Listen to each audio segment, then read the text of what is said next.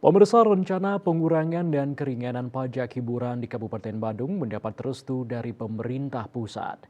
Kabarnya, Mendagri telah mengeluarkan surat edaran tentang petunjuk pelaksanaan pajak barang dan jasa tertentu atas jasa kesenian dan hiburan tertentu berdasarkan Undang-Undang Hubungan Keuangan antara pemerintah pusat dan pemerintah daerah.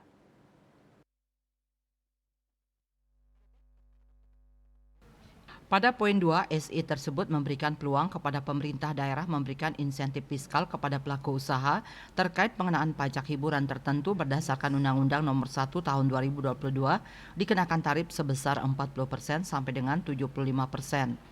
Sekretaris Daerah Sekda Badung Wayan Adiarnawa dikonfirmasi tak menampik perihal tersebut. Birokrat asal Pecatu Kuta Selatan ini telah memerintahkan jajarannya untuk menindaklanjuti SE tersebut. Surat edaran dari Mendagri sudah terbit yang memberikan amanah kepada seluruh daerah dalam memberikan insentif fiskal mengacu pada pasal 101 Undang-Undang Nomor 1 Tahun 2022. SE Mendagri tersebut menurut Adi Arnawa telah ditindaklanjuti oleh jajarannya, seperti Badan Pendapatan Daerah Bapenda dan Dinas Pariwisata Dispar Badung. Tindak lanjut dari SE Kemendagri ini akan dijabarkan dalam bentuk peraturan Bupati Badung.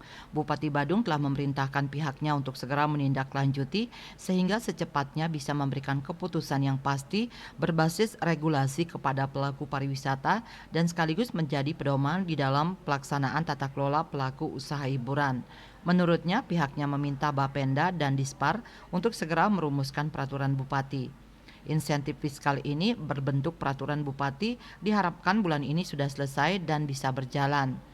Ditanya besaran insentif fiskal yang akan diberikan, Adi Arnawa mengaku masih dalam kajian. Namun demikian, pihaknya berharap dapat diturunkan kembali ke kebijakan lama yakni 15% yang berarti ada penurunan sebesar 25%. Parwata Bali Pos melaporkan.